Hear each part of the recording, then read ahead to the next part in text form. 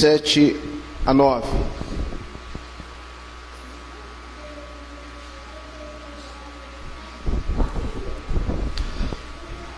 Ora, o tetrarca Herodes soube de tudo que se passava e ficou perplexo, porque alguns diziam: João ressuscitou dentre os mortos, outros, Elias apareceu, e outros, ressurgiu um dos antigos profetas. Herodes, porém, disse: eu mandei decapitar João. Quem é, pois, este a respeito do qual tenho ouvido tais coisas? E se esforçava por vê-lo. O meu objetivo nessa noite é abordar para ver Jesus. Para ver Jesus exige esforço. A nossa pergunta introdutória: por quanto tempo dura o teu testemunho, o testemunho de um eleito?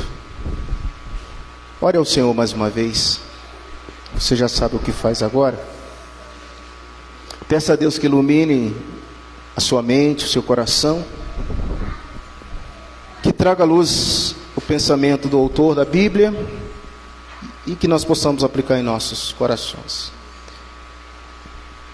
Pai, o teu texto nessa noite tão pequeno, mas tão profundo, já foi lido. Queremos, ó Deus, pedir ao Senhor que lance luz sobre a nossa mente, sobre o nosso coração, que venhamos entender o que Lucas quis escrever a Teófilo e à igreja do primeiro século, e que possamos aplicar em nossos corações os ensinos desses 3 versículos, e que venhamos sair daqui cheios da tua graça, em nome de Jesus, amém. Amados, qual a responsabilidade dos discípulos? Esse foi o assunto que nós estudamos no domingo passado, do capítulo 9, do versículo 1 ao versículo 6, sempre olhando o contexto anterior, para que você possa entender o que eu vou falar abaixo.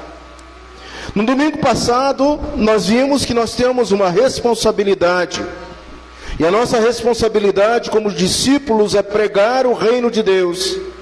Ele começou a falar ali sobre o reino de Deus, a pregar o reino, ou reinado, ou domínio de Deus. E isso significa anunciar nada menos e nada mais do que a soberania absoluta de Deus. E essa soberania absoluta de Deus não é só em uma esfera, mas a soberania absoluta de Deus em todas as esferas. Isto é, no coração, na mente, na vida, na família, na vila, na cidade, no estado, na nação, no mundo, na educação dos seus filhos, na tua educação, no modo de você comprar, no modo de você vender, na indústria, na arte, na ciência e na política. Deus é soberano sobre todos e sobre tudo que existe. Hoje, o meu resumo, o nosso resumo nessa noite, e esse assunto foi de domingo passado, o nosso resumo nessa noite é: o arrependimento, ele é para a vida e é uma graça evangélica. O seu testemunho está vinculado ao processo de arrependimento. O seu testemunho, que vai durar gerações, eternamente, é um testemunho que passa pelo seu processo de arrependimento para a vida, e é uma graça que a igreja evangélica, a igreja de Jesus, a igreja que anuncia o evangelho, pode e deve explorar. Em outras palavras, no final você vai sair daqui pensando assim: qual é o meu testemunho de vida? Qual é o meu testemunho de vida que será eternizado? Eu confesso a vocês que outro dia eu fiquei muito emocionado ao ver um comentário de uma prima de 2º grau. Uma prima que teve contato na minha casa quando era bem pequena, 5, 6 anos. E lá minha mãe botávamos todos nós para fazer o culto doméstico, e essa menina Kelly, nome dela Kelly, participava do culto doméstico. Os anos foram se passando, ela se tornou uma jovem adulta, hoje é uma pessoa que trabalha no Rio de Janeiro, para você ter uma noção, ela dirige ônibus dentro do Rio de Janeiro, e ela sempre brinca lá no grupo da família dizendo que ela é doutora do trânsito do Rio de Janeiro. Você imagine o que é dirigir um ônibus grandão no centro do Rio de Janeiro. E outro dia ela estava escrevendo: eu lembro da tia Filinha. E a tia Filinha, quando eu era bem pequena, disse para mim assim: Kelly, nunca se afaste dos caminhos de Jesus, porque eu quero te ver nos céus. E o lado protestante, o lado evangélico da família, começou a falar: então, Kelly, eu tenho um primo lá em Curitiba, que ele é pastor da Igreja Brasil para Cristo. Kelly, então isso tem sentido para a sua vida, volte para Jesus, você tem que voltar, tem que se consertar. E eu fiquei olhando aquilo ali e fiquei pensando para mim mesmo: uma dona que já morreu há quantos anos? Uma menina que teve pouco contato na minha casa, não teve a educação que eu tive, que a minha irmã teve, foi rápido. Uma palavra dita de mamãe, até hoje ecoa na mente daquela menina. Bom, daqui a pouco a gente vai falar um pouquinho mais sobre isso. Mas observe o texto lido nessa noite, do versículo 7 ao versículo de número 9.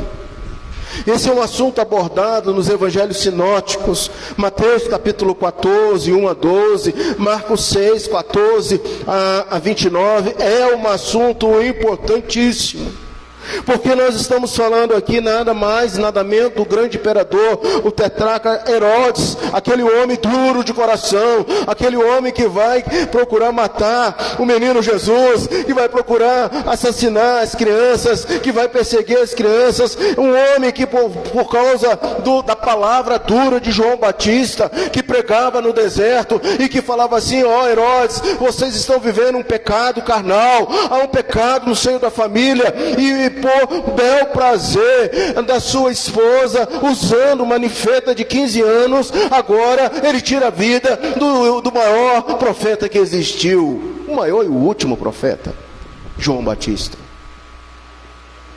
É desse homem que nós estamos falando. Você pode imaginar o que ficou na cabeça de Herodes naquela festa? Vamos todos para aquele palácio agora. Você está comigo naquela festa, naquele palácio. Naquele palácio tem uma mesa cheia de frutas, com muitas proteínas. Naquela mesa tem muito vinho. Naquele palácio tem muita gente, gente ilustre, riquíssima, trabalhadores, serviçais. Há muita música, há muita festa. E de repente entra uma jovenzinha, a filha dele, e dança e empolga todo mundo. E ele diz assim: ó, pode pedir o que você quiser, até metade do meu reino eu te dou. E ela, usada, manipulada, numa alienação, diz assim: eu quero a cabeça de João Batista. Agora o rei dá ordem, palavra de rei não pode voltar atrás, da ordem, e entra então o carrasco na cela. João Batista, você tem direito a fazer o seu último pedido. E ele então entra com um prato fechado, tampado, e quando diante de todo mundo ele tira a tampa, a cabeça do maior profeta doado nas mãos dele. Nós estamos agora diante desse homem. Nós estamos agora diante dessa cena em que ele viveu, do testemunho eterno de João Batista, enclavado na mente de um rei tetrarca, poderoso, dominador, que agora, veja o versículo de número 7, está perplexo. O verso 7 começa dizendo: ora, o tetrarca Herodes ouviu acerca de todas as coisas que estavam acontecendo. E o que estava acontecendo? Veja que Marcos vai denominar Herodes Antipas o rei. Mateus denomina o rei ou tetrarca, e em certo sentido, tanto o rei quanto o tetrarca estão corretos. Eles eram reis com título popular, com a denominação oficial tecnicamente. O homem não era simplesmente um rei, mas ele era um representante ali daquela região, alguém conhecidíssimo. Portanto, queridos, quanto ao som das palavras de Cristo, até o mesmo os enfermos, sem esperança, em repentina, em plenamente são curados, os leprosos são purificados, as tempestades são animadas, os demônios expulsos, e até mesmo os mortos ressuscitados. Lembra do filho da viúva e do filho de Jairo, Talita, Cúmene? Com textos anteriores de Lucas já mostraram, não surpreende que a fama de quem fazia tudo isso tinha chegado nos palácios do rei. Quem é esse? Quem é esse? O verso 7b diz que algumas pessoas, 7b e 8, afirmavam convencidas de que eram algumas personagens. Poderia ser João, que havia ressuscitado dentre os mortos? Não era João. Poderia ser Elias. Poderia ser alguns dos antigos profetas, Isaías. A fama de Jesus era tão grande que nos palácios lá chegavam essas informações. Mas alguns estavam convencidos de que Jesus era o próprio João Batista restaurado à vida, uma reencarnação. Se isso fosse verdade, a doutrina espírita teria profundidade, lateralidade e seria verídica, mas não era. Era Jesus, o primo de João. Isso poderia parecer também alguma coisa estranha ao ouvido daqueles e da própria palavra de Deus, porque em nenhum lugar atribui-se a ressurreição de João Batista. De fato, seu testemunho foi diante do rei com a cabeça no prato. Esse foi o testemunho diante do rei Herodes. Mas o mais provável é que alguns grupos tivessem João em tão elevada estima que atribuísse o poder de Jesus ao próprio João ressuscitado. Um outro grupo afirmava que era Elias. E aí eram talvez alguns mais radicais e conhecedores do Velho Testamento, da Torá. Malaquias não vai dizer do regresso de Elias como precursor do Messias. Não era Elias, era Jesus. O terceiro grupo, que não queria ser muito positivo a respeito, estava convencido com tudo que na pessoa de Jesus a vida até mesmo de um profeta antigo poderia acontecer. O fato é que ele já tinha ressuscitado algumas pessoas. Então, quando você lê o versículo 7 e o versículo 8, dê uma olhada aí, as pessoas estavam afirmando e o rei estava ouvindo, e automaticamente havia uma dúvida: quem era aquele que tinha poder de curar, de ressuscitar, de dar ordem ao vento? O vento cessa e o vento vai cessar. Quem era esse? Havia muitas dúvidas a respeito do próprio mestre Jesus. Mas o versículo 9, Herodes, porém, dizia: eu decapitei João. Não pode ser João. Quem, pois, é esse homem de quem estou ouvindo tais coisas? Quem é esse homem que está sendo uma celebridade entre nós, alguém que está tendo notoriedade? Nota que o doutor Lucas não se reporta ao que o tetrarca pensava, porque ele havia decapitado João. Lucas tinha certeza que o rei Herodes sabia que não era João. Sabia que não era João. O evangelista não expressa como Herodes respondeu à pergunta: quem é, pois, esse homem? Entretanto, a resposta se encontra em Mateus 14:2. Vamos dar uma olhadinha aqui, vamos fugir um pouquinho desse evangelho, vamos no sinótico, abra no capítulo 14, folheia aí, verso de número 2. E disse aos que serviam: este é João Batista, e ele ressuscitou dos mortos, por isso nele operam forças miraculosas. Porque Herodes, havendo predito e atacado João, metera no cárcere por causa de Herodia, mulher de Filipe, seu irmão. Então veja, essa citação conforme agora Marcos 6,16. Vamos para o segundo evangelho, Marcos 6,16. Herodes, porém, ouvindo isso, disse: é João, a quem eu mandei decapitar, que ressurgiu. Então veja, embora ele soubesse que havia decapitado João, bailava na cabeça do governador essa dúvida. O governador, homem com uma consciência terrivelmente perturbada e saturada de superstições obsessivas, chegaram à seguinte conclusão: Jesus é João ressuscitado dentre os mortos. Agora o negócio ficou complexo.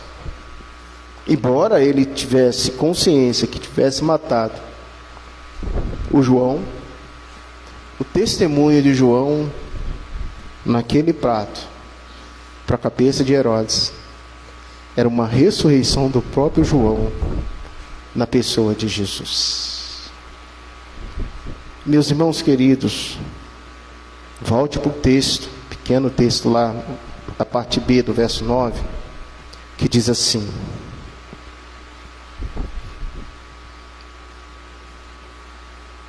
quem é, pois, este a respeito do qual tenha ouvido tais coisas? Seria um profeta? Seria o próprio João ressuscitado? Ou seria Elias? Mas o que vem após é uma afirmativa desesperadora de alguém que queria ver quem era esse homem. A parte B do versículo 9 termina dizendo: e se esforçava por vê-lo. E se esforçava para vê-lo. Provavelmente vem sendo confirmada a sua crença para satisfazer a sua curiosidade. Herodes queria ver Jesus para matar a sua curiosidade. Será que João foi ressuscitado? Será que é Isaías? Será que é Elias? Ou ele queria ter uma experiência de mudança de vida? Quando por fim cumpriu-se o desejo de ver Jesus, ele, pecador, empedernido, zombou do silencioso varão de dores. Será que ele conseguiu ver Jesus? Vamos dar uma olhadinha lá no finalzinho de Lucas, capítulo 23.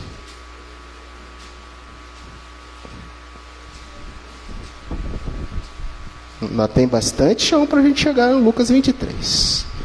Versículo de 8 a 12. Leia aí. Herodes, vendo a Jesus sobremaneira, se alegrou, pois havia muito queria vê-los, por ter ouvido falar a seu respeito, e esperava também vê-lo fazer algum sinal. Em muitos modos o interrogava. Jesus, porém, nada lhe respondia. Os principais sacerdotes, os escribas ali presentes, acusavam com grande veemência, mas Herodes, juntamente com os da sua guarda, tratou com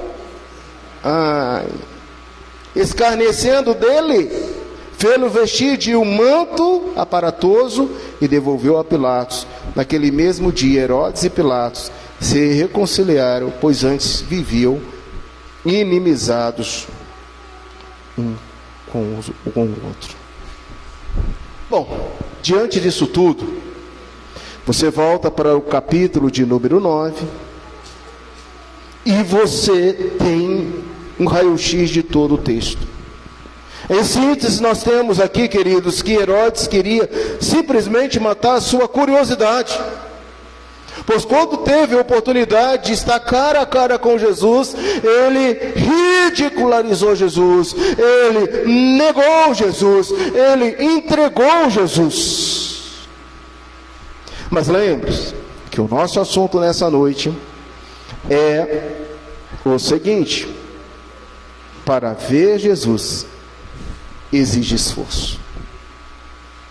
Para ver Jesus exige esforço. Nós estamos, irmãos, numa jornada. Bem-aventurado aqueles que não viram e creram. Ninguém que está aqui viu Jesus pessoalmente. Mas você crê em Jesus? Por que você crê em Jesus? Para quem em Jesus exige esforço. Para quem em Jesus existe fé. Para quem em Jesus exige uma metanoia, mudança de mente, um arrependimento para a vida. A confissão de fé no capítulo 15 diz do arrependimento para a vida. No capítulo 1, o arrependimento para a vida é uma graça tua, é uma graça da igreja de Deus, é uma graça da igreja que prega a doutrina, a sã doutrina, que prega o evangelho transformador, que leva você, que nos leva a passar por um procedimento de metanoia, de arrependimento. Para ver Jesus exige esforço, para ver Jesus exige arrependimento, para ver Jesus exige profundidade, lateralidade, mudança no ser. E essa doutrina que deve ser pregada por todo pastor, por todo ministro do evangelho, tanto quanto a fé salvadora e a cristologia. Na confissão de fé, essas três doutrinas estão no mesmo patamar. A doutrina do arrependimento para a vida, a doutrina da fé salvadora e a doutrina da cristologia, afirmando qual a missão de Cristo. Eu quero dizer que sem Cristo você não é nada. Eu quero afirmar que é importante ter certeza da fé. Mas eu quero dizer algo para você nessa noite, que já participou da ceia, já participamos nós da Santa Ceia, que sem arrependimento ninguém verá a Deus, sem arrependimento ninguém tocará os céus, sem arrependimento não há vida, há morte. Sabe, irmãos, Atos 11:18, se você quer ler aí, da história da igreja primitiva, eles ouviam estas coisas e apaziguaram-se e glorificaram a Deus, dizendo: logo também os gentios foi por Deus concebido ao arrependimento para a vida. Na igreja primitiva, na igreja histórica, falava muito sobre isso: arrependimento, confissão, mudança, metanoia. Vamos lá, vamos transformar. Meus irmãos, se a gente chega ao final do ano não tendo essa concepção de nova vida, de transformação, de arrependimento, alguma coisa está errada. Porque Herodes não teve arrependimento nenhum. Ele queria ver Jesus por curiosidade. E teve seu ego satisfeito. Você viu aqui. Ele conseguiu isso. Lucas 24:47. E quem em seu nome se pregasse o arrependimento para a remissão dos pecados. Meus irmãos, Cristo não veio para te tirar do inferno. Cristo não veio para te dar saúde física, mental, social, bem-estar. Cristo não veio para te dar outra coisa a não ser o seu justificador, o seu mediador, aquele que nos purifica de todo pecado, aquele que derramou o seu sangue na cruz. É por isso que a gente fala da ceia, é por isso que a gente toma a Santa Ceia. Em Cristo Jesus, a purificação dos nossos pecados, a remissão dos nossos pecados. Cristo comprou essa igreja pelo seu precioso sangue. Cristo nos comprou, você é dele agora. E eu vou dizer uma coisa para você: você vale muito, viu?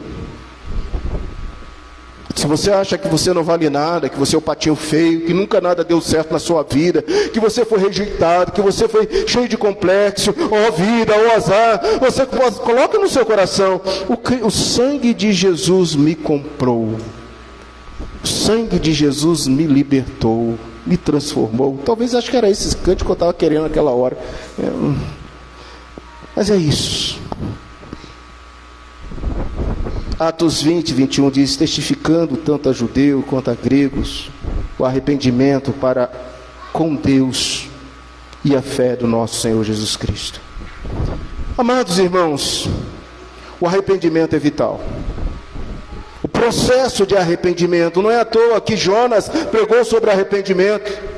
Uma cidade toda precisava ir aos pés de Deus: arrependei-vos, Deus vai destruir essa cidade, Nínive. E Jonas pregava. Não é à toa que a palavra de João, o Batista, era sobre arrependimento. Raça de víboras, arrependei-vos hoje, é chegado o momento, é chegado o reino. E não é à toa que a Bíblia trata muito dessa doutrina, dessa temática, desse assunto, para que eu possa entender, para que você possa entender que para ver Jesus exige esforço, para ver Jesus exige arrependimento, para ver Jesus exige transformação de vida, de caráter, de mente. Para ver Jesus exige ir aos pés dele e dizer: Senhor, eu sou cego, pobre, nu, sou fraco, sou pecador, sou um vermezinho de Jacó. Senhor, eu não tenho nada. Meu irmão, desça do seu salto.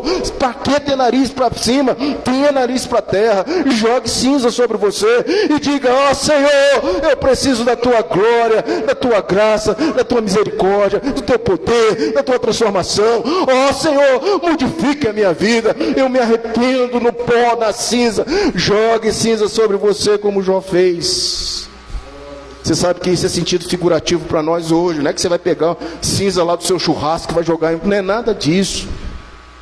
Você vai se humilhar diante do Senhor. Só isso. Senhor, me humilho diante de ti.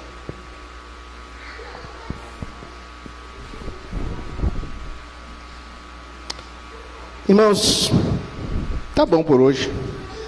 A mensagem está concluída. Quanto tempo dura o teu testemunho? Vamos voltar naquela pergunta. Se você já se arrependeu, se você é um eleito, o teu testemunho dura para toda a vida. Vou falar bem devagarzinho. O teu testemunho de conversão, o teu testemunho de mudança de vida, de novo nascimento, dura para todos sempre. O testemunho que se dá a respeito de Cristo. A vida é um processo iniciado em Cristo e para Cristo. Eu não quero saber quantos anos você tinha até Cristo entrar na sua vida. Eu quero saber o que você fez com a sua vida a partir de Cristo em sua vida. Porque algo novo começou quando você entendeu o seu chamado, quando você entendeu que você é um justificado, quando você entendeu que é um eleito, quando você entendeu que é uma pessoa nova. A partir de Cristo reside, Cristo mora, Cristo faz tabernacular, morar em seu coração, em sua vida, em seu ser. Esse é um processo que nós vivemos. Portanto, o que vivemos e contamos são eternos e tem um importante impacto na vida das pessoas. Você já parou para você imaginar o que você planta na vida dos seus filhos é eterno? Eterno, queridos. É por isso que o homem mais sábio do mundo disse: ensine a criança, ensine. É eterno, mãe. Seus filhos têm muito de você. Seu processo de educação, seu processo de visão, seu ensinamento, seu cheiro, seu perfume, seu jeito de lidar com a cozinha, seu jeito de cozinhar, seu jeito de lidar com a sua casa. Mãe, você está ensinando algo eterno para os seus filhos. Ensine a palavra de Deus, pai. Pregue a palavra do Senhor, inculque no seu menino. Ensine, porque o testemunho vai ser eterno. Um dia ele vai lembrar das suas palavras.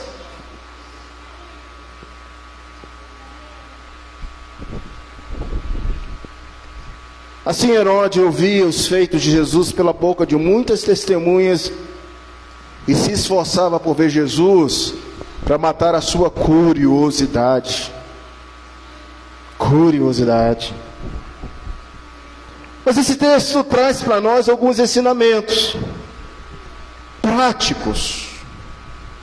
A perplexidade de Herodes, além de toda a riqueza e de prestígio que ele possuía, mostra uma infelicidade na alma. O que eu quero fazer e perguntar a você nessa noite, que está aqui nessa noite, você e me ouvindo, você é infeliz na alma? Está triste na alma? Então, em nome do Senhor Jesus, coloque a alegria dele no seu coração, na sua alma. O cristão que já viu Jesus, que já tem Jesus, que sabe que Ele é o seu Senhor e Salvador da sua vida, ele não traz infelicidade na alma. Eu posso ser angustiado, posso ser moído, posso estar contristado, mas angustiado não. Ele é o meu Senhor, Ele é o meu Salvador. Irmãos, tire isso da sua mente e do seu coração hoje. O homem era rico, o homem tinha prestígio, mas ele era oprimido por um sentimento de culpa. Na realidade, ele queria que João estivesse vivo mesmo, porque ele foi tão banal diante daquilo ali, tão fraco, tão covarde. Ele não fez como Davi no Salmo 32, versículo 5. Davi lá dá um exemplo para todos nós. Então reconheci diante de ti meu pecado e não encobri as minhas culpas. E Davi diz: confessarei as minhas transgressões ao Senhor, e tu perdoaste a culpa do meu pecado. Cristão que está aqui, em Cristo você tem a paga dos seus pecados, a purificação dos seus pecados, a mácula, aquilo que foi maculado em Cristo é perdoado em nome de Jesus. Mas eu não posso terminar esse sermão sem fazer uma pergunta fundamental para a sua vida. Qual a diferença entre tentar e fazer? Qual a diferença entre tentar e fazer? Você não pode sair daqui sem saber essa resposta, porque muitas vezes nós estamos só tentando. Herodes tentava ver Jesus. Por que ele não via Jesus? Ele podia ir ao encontro de Jesus, ele podia subir num ciclomo para ver Jesus, ele podia bater lá na sinagoga para ver Jesus, mas ele tentava ver Jesus. Tem crente tentando fazer algo e não faz porque não quer, porque não tem atitude, porque não tem postura, porque não tem ação. Qual a diferença de tentar e fazer? Eu vou citar para vocês Simão, ou melhor, Simeão. Ele esperou, até ver aquele menino dentro do templo. E ele disse assim: nós já estamos aí, agora, bem velhinho, agora eu já posso morrer. Por quê? Porque os meus olhos viram o Mestre, o meu Senhor, o meu Salvador. Ele tentou ou ele viu? Vai voltando aí.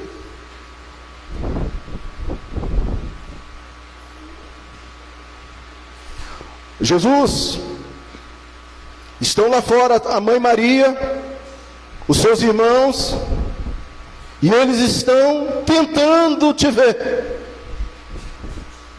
Jesus diz para aqueles discípulos, para aquelas pessoas que estão lá: quem são meus pais? Quem é minha mãe? Quem são os meus irmãos? Se não são aqueles que fazem a minha vontade. Qual a diferença de tentar e fazer? Herodes tentava ver Jesus. Ainda tem Zaqueu, que eu já falei aqui. Queria muito ver Jesus. Homem baixinho, estratégico. Vou correr e vou subir num ciclone. E lá de cima eu vou ver o mestre passando. Atitude. E quando Jesus passou: ei, Zaqueu, O que você está fazendo aí? Eu vou para a sua casa. Qual a diferença de tentar e fazer? Atitude. O homem subiu numa árvore, o homem desceu depressa da árvore, o homem levou Jesus para sua casa e a vida dele modificou, porque ele viu Jesus.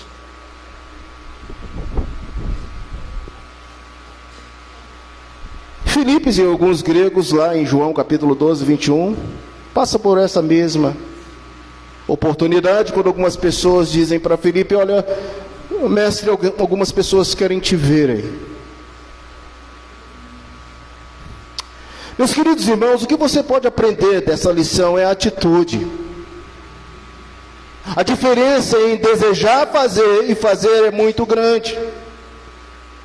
Participar do reino de Deus exige esforço. Eu quero estar no reino de Deus, eu quero ser um cristão, eu quero ser um presbiteriano, eu quero ser alguém cheio do Espírito Santo, mas eu vou esperar que isso aconteça, varinha de condom, abracadabra, eu vou estar cheio do Espírito Santo. Errado.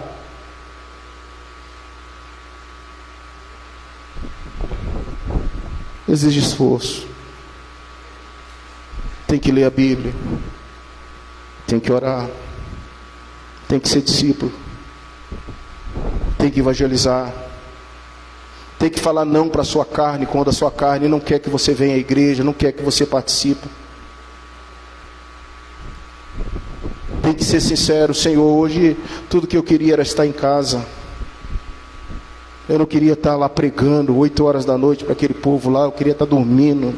Estou cansado, estou estressado, não quero, não vou. Mas aí o Espírito Santo fala assim: não seja preguiçoso. Foi a palavra que eu ouvi quando eu entrei aqui. Paulo estava dando a revista de hoje, falando. Hoje foi arroxo desde manhã cedo, né, Paulo? Desde 1 Timóteo, quando a gente começou a ler 1 Timóteo hoje, foi arroxo. O Rafael ali atrás falou: pastor, arrocha mesmo. E o Paulo aqui arrochou, porque a palavra que eu entrei aqui, crente é preguiçoso. Eu nem sei o que ele estava falando. Você é preguiçoso e quer ver o reino dos céus? Não vai ver. O reino dos céus é tomado por esforço, mudança, metanoia, arrependimento, testemunho eterno, testemunho que vai ficar na vida desse menino pequenininho pro resto da vida, porque mamãe ensinou, porque mamãe falou, porque mamãe passou para mim. Olha, irmãos, somos convidados a eternizar nosso testemunho, porém sem sair da nossa zona de conforto.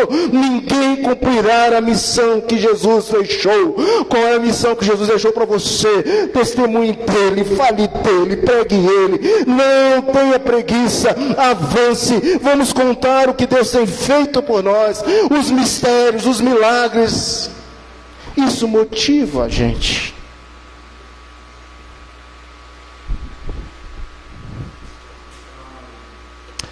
Eu posso terminar já esse sermão dizendo o seguinte: há crentes Herodes e crentes Simeões. Há crentes Herodes e crentes Zaqueus. Há crentes Herodes e Maria e seus irmãos.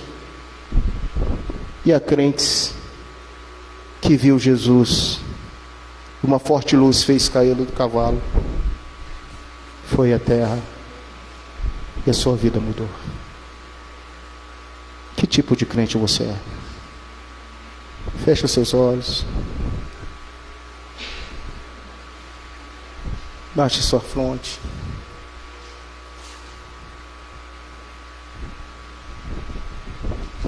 Ainda dá tempo. Enquanto tem vida, dá tempo.